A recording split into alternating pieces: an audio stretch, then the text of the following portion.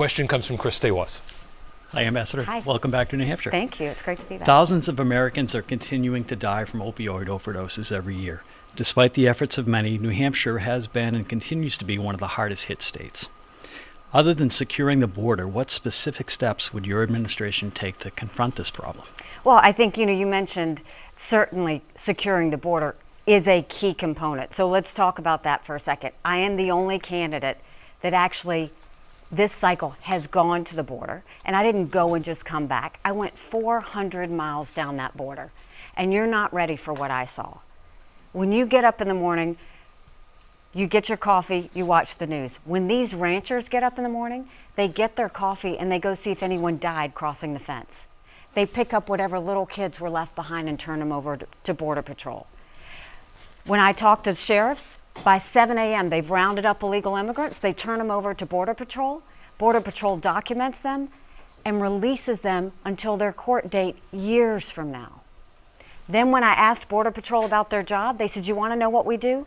We're glorified babysitters. They don't let us do our job.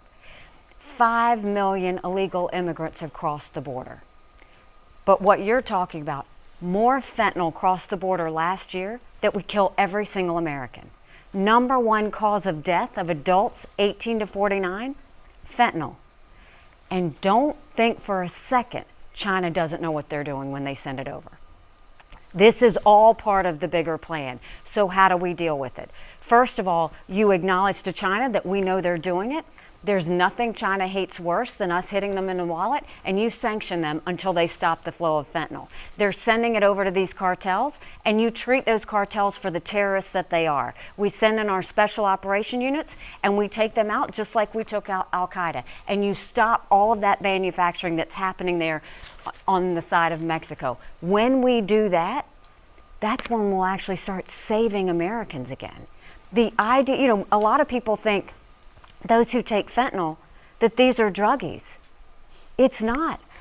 I met with some parents a month ago. Their child had gotten fentanyl. Well, they thought they were getting Adderall online to help with their tests, shared it with a friend, and the friend died by taking one Adderall. That's why this matters. That's why we have to do something about it.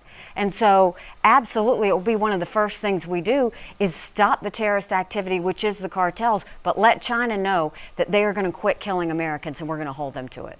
Thank you. Thank you.